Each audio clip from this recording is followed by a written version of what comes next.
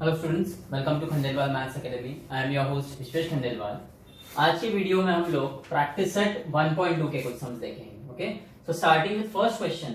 First question ऐसा है कि आइडेंटिफाई इन व्हिच फिगर्स रे पीएम बाइसेक्स एंगल क्यूपीआर। इसके 3 सब क्वेश्चंस है और हर सब क्वेश्चन में हमको बस ये देखना है कि कौन से क्वेश्चन में, कौन से फिगर में जो रे पीएम है वो एंगल क्यूपीआर को बाइसेक्ट कर रहा है। ऑब्वियसली इसके लिए हम converse of angle bisector property का यूज करेंगे। Okay, converse of angle bisector property क्या होता है?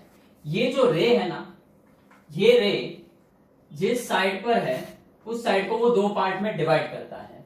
सो वो पार्ट्स का रेशियो और ट्राइंगल के बाकी 2 साइड्स का रेशियो सेम आने को होना। अगर वैसा हुआ तो दिस रे PM will bisect angle QPR, और अगर वो रेशियो इक्वल नहीं आया तो obviously it won't bisect angle QPR. तो बस हमें क्या करना है, इनके रेशियोज निकालना है और वो रेशियो इक्वल आते हैं या नहीं वो देखना है। तो अब ये फर्स्ट क्वेश्चन में हम लोग PQ अपॉन PR निकालेंगे।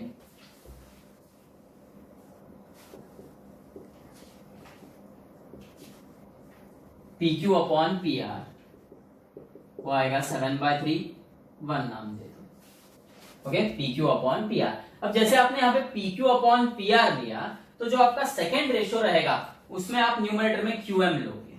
ओके, ना कि MR, क्योंकि यहाँ पे आपने PQ से शुरुआत की है। तो मैंने आपको पहले ही बताया था एंगल बाइसेक्टर प्रॉपर्टी सॉल्व करते वक्त कि इनकी जोड़ी रहती है PQ और QM। मतलब अगर PQ ऊपर आया तो दूसरे रेशियो में QM ऊपर आएगा।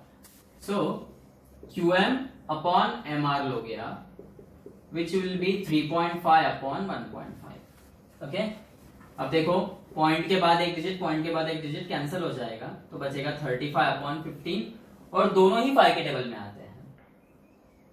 5 7 जा 35, 5 3 जा 15। सो QM अपॉन MR इज 7/3, 2 नाम दे दो। अब फ्रॉम 1 एंड 2 दोनों इक्वल है, देखो दोनों रेशियो सेम है।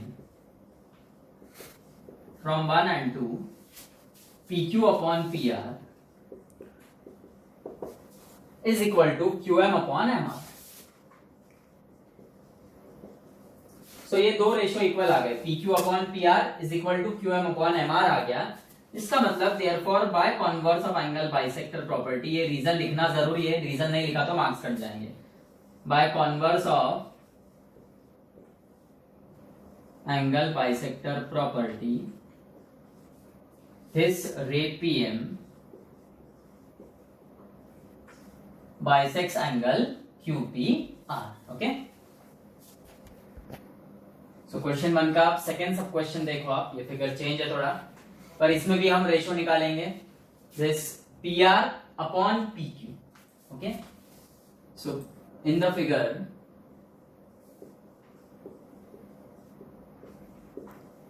PR अपॉन PQ वो आएगा 7 अपॉन 10, 1 नाम दे दो। अब आपने PR अपॉन PQ निकाला है तो अब आप RM अपॉन MQ लोगे। Okay, RM upon MQ is 6/8, दोनों ही 2 के टेबल में आते हैं तो 3/4 हो जाएगा। सो RM अपॉन MQ इज 3/4। अब from 1 and 2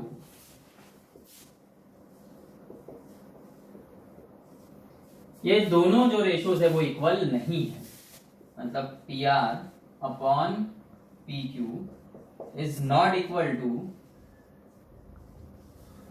RM upon MQ, equal नहीं है। सो सीधा सीधा मतलब रहेगा कि ray PM does not bisect angle QPR। अगर इक्वल रहा तो आपको रीजन देना है कि भाई by converse of angle bisector property ray PM bisects angle QPR या RPQ। कब इक्वल रहा, तो इक्वल नहीं रहा तो कोई रीजन नहीं देना है, डायरेक्ट लिख के छोड़ देना है। Now coming to question number 2। देखो क्वेश्चन 1 का जो थर्ड सब क्वेश्चन था वो होमवर्क के लिए है, वो आप करके देखो, नहीं कोई प्रॉब्लम आया तो पूछ लेना। ओके, क्वेश्चन 2 देखो, in triangle PQR, this triangle PM का वैल्यू दिया है 15, ये PQ पूरा दिया है 25, PR का वैल्यू है 20 और NR का वैल्यू है 8। Okay, to state whether line NM is parallel to side QR। अब ये लाइन इसको पैरेलल कब रहेगी, जब PM upon NR will be equal to PM upon MQ. Converse of basic proportionality theorem है। क्वेश्चन 1 में हमने converse of angle bisector property का एप्लीकेशन देखा, क्वेश्चन 2 में converse of basic proportionality theorem का एप्लीकेशन है। मतलब अगर PN upon NR is equal to PM upon MQ आ गया, मतलब both this lines will be parallel by converse of basic proportionality theorem. So इसके लिए सबसे पहले हमारे पास इन सबके वैल्यूज होने चाहिए। हमारे पास पीएन का वैल्यू नहीं है, ओके देखो याद से देखेंगे, हमारे पास पीएम का वैल्यू है 15, ओके और ये पीक्यू का वैल्यू दे दिया 25, एमक्यू का नहीं है। वैसे ही हमारे पास ये पूरा पीआर का वैल्यू है 20 और एनआर का वैल्यू 8 दिया है, पीएन का वैल्यू नहीं है। तो पहले जो वैल्यूज नहीं है वो हम निकालेंगे, ओके हमारे पास कौन कौन से वैल्यूज नहीं है देखो यहाँ पे लिख लेंगे हम। हमारे पास पीएन नहीं है और एमक्यू नहीं है, सो ये दो वैल्यूज हमें निकालना है। अब देखो in the figure PN plus NR is equal to PR, PN plus NR is equal to PR. Reason दे दो P dash N dash R, इसका मतलब होता है ये तीनों पॉइंट्स कोलिनियर है, कोलिनियर रहे तो ही ऐसे ऑपरेशंस करते आते हैं। तो पीएन पता नहीं है, एनआर 8 है और पीआर है 20, सो ऑब्वियसली प्लस 8 है इक्वल टू के वो सेट जाएगा तो -8 होगा, so PN will be 12। PN मिल गया। अब एमक्यू निकालना है। ऑल्सो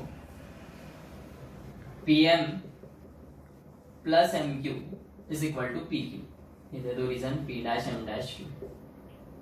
देयरफॉर पीएम 15 है, एमक्यू पता नहीं और पीक्यू है 25, so MQ is equal to 25 minus 15, so MQ is 10। अब देखो अब हम निकालेंगे पीएन अपॉन एनआर। पीएन का वैल्यू आप लोग निकाल चुके हो 12 और एनआर हमको दिया है 8, सो 12/8 कितना होगा, 4 3 जा 12 4 2 जा 8, 1 नाम दे दो इसको, मतलब पीएन अपॉन एनआर इज 3/2। फिर हम पीएम अपॉन एमक्यू का वैल्यू निकालेंगे। पीएम हमें दिया है 15 और एमक्यू हम निकाल चुके हैं 10 और दोनों 5 से डिवाइड होंगे, 5 3 जा 15 5 2 जा 10, इसको 2 नाम दो एंड फ्रॉम 1 एंड 2 ये जो दो साइड्स है ट्राइंगल के they are divided in the same ratio. Pn upon nr is equal to Pm upon mq, therefore by from 1 and 2 Pn upon nr is equal to Pm upon mq, therefore by basic proportionality theorem, converse आएगा, converse of basic proportionality theorem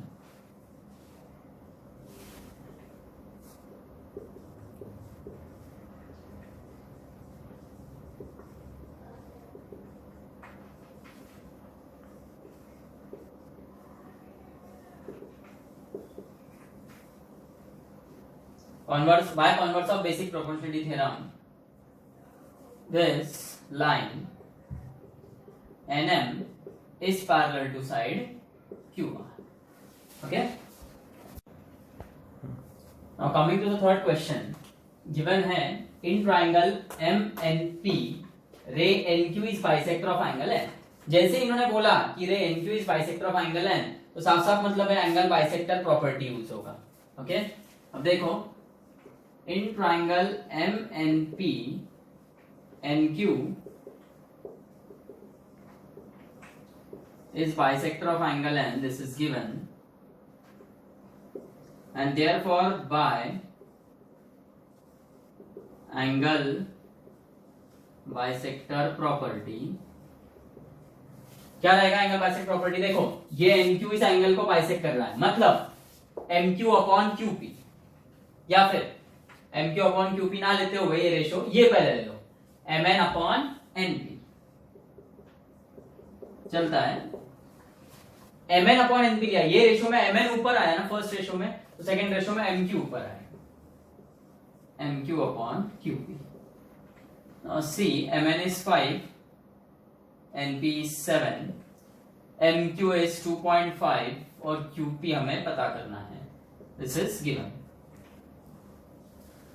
अब यहां देखो QP ये side ऊपर चला जाएगा, 7 ये side ऊपर जाएगा, सो 5 into QP is 2.5 into 7. So QP is 2.5 into 7/5. अब देखो डायरेक्ट हम कैंसिलेशन कर देंगे यहाँ पे. 2.5 का डबल होता है 5, मतलब ये 1 जा और ये 2 जा होगा.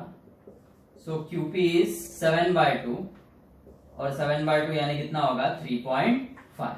सो QP is 3.5 units.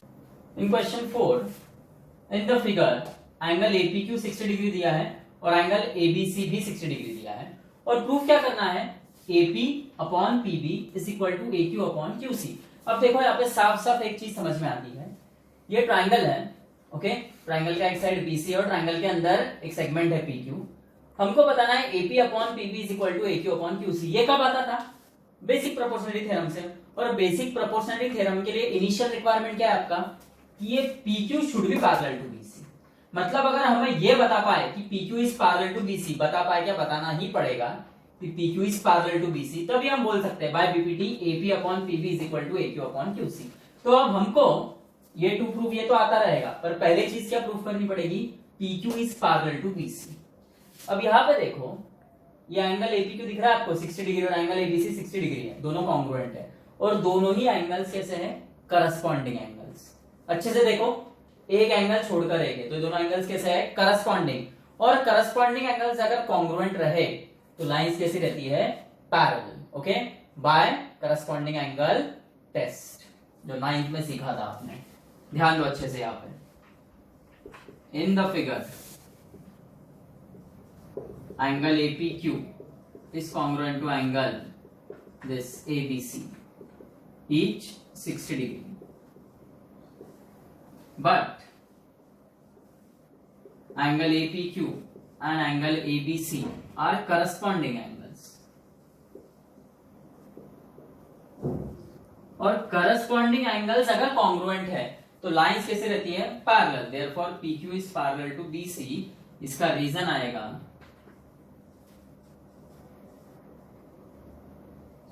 Corresponding angles test. Test लिखना, थ्योरम मत लिखना. थ्योरम उल्टा रहता है. थ्योरम में ऐसा रहता है कि दो लाइंस अगर पैरेलल है तो उनके करस्पॉन्डिंग एंगल्स कॉन्ग्रुएंट आएंगे. ओके, यहाँ पे करस्पॉन्डिंग एंगल्स कॉन्ग्रुएंट थे तो हमने बताया कि लाइंस पैरेलल है तो करस्पॉन्डिंग एंगल टेस्ट आएगा. सो अब देखो, अब तो साफ साफ आ गया. In triangle ABC PQ is parallel to BC from 1 and therefore by basic proportionality theorem AP upon PB will be equal to AQ upon QC. This is proved.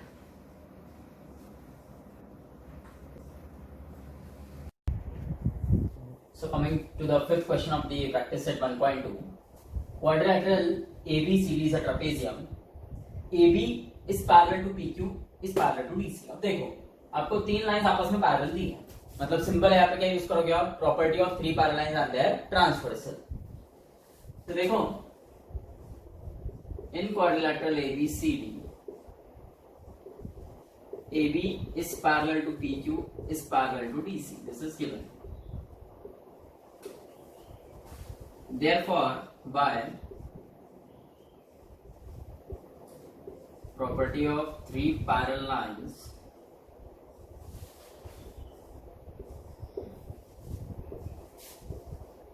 and their transversal,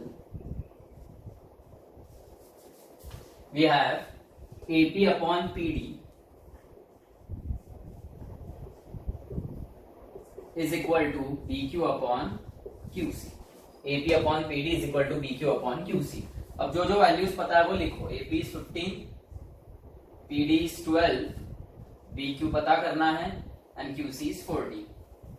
15 और 12 ये given आ जाएगा आपका. ये values आपको दी है. 15 और 12 3 के table में आते हैं. 3 5 15, 3 4 12. Therefore 5/4 is BQ upon 14. So ये 5 14 इक्वल टू के राइट हैंड साइड में डिनोमिनेटर में लेफ्ट हैंड साइड में जाएगा तो न्यूमरेटर में मल्टीप्लाई हो जाएगा. 5 into 14 by 4 is BQ. This is 2 7 जा 2 2 जा, तो BQ is sin bhaja 35 by 2, मतलब BQ will be 17.5 यूनिट्स। तो देखो जैसे आप देख रहे हो, फिफ्थ क्वेश्चन देखा हमने। हर क्वेश्चन में बस आपको ये देखना है कि गिवन में क्या दिया है। जैसे मैं आपको पहले ही बता चुका हूं कि अगर एक ट्राइंगल है, ट्राइंगल की एक साइड को कोई एक लाइन पैरेलल दी है तो ऑब्वियसली हम लोग बीपीटी यूज करेंगे। सपोज एक ट्राइंगल है, उसमें अगर एंगल बाइसेक्टर दिया है तो एंगल बाइसेक्टर प्रॉपर्टी यूज होगा।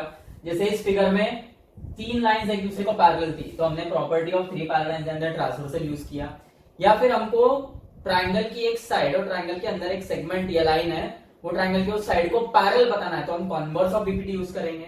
यदि हमको एक रे दिया है सपोज एक ट्राइंगल में और बताना है कि वो रे उस पर्टिकुलर एंगल का एंगल बाइसेक्टर है तो हम converse of angle bisector property use करेंगे।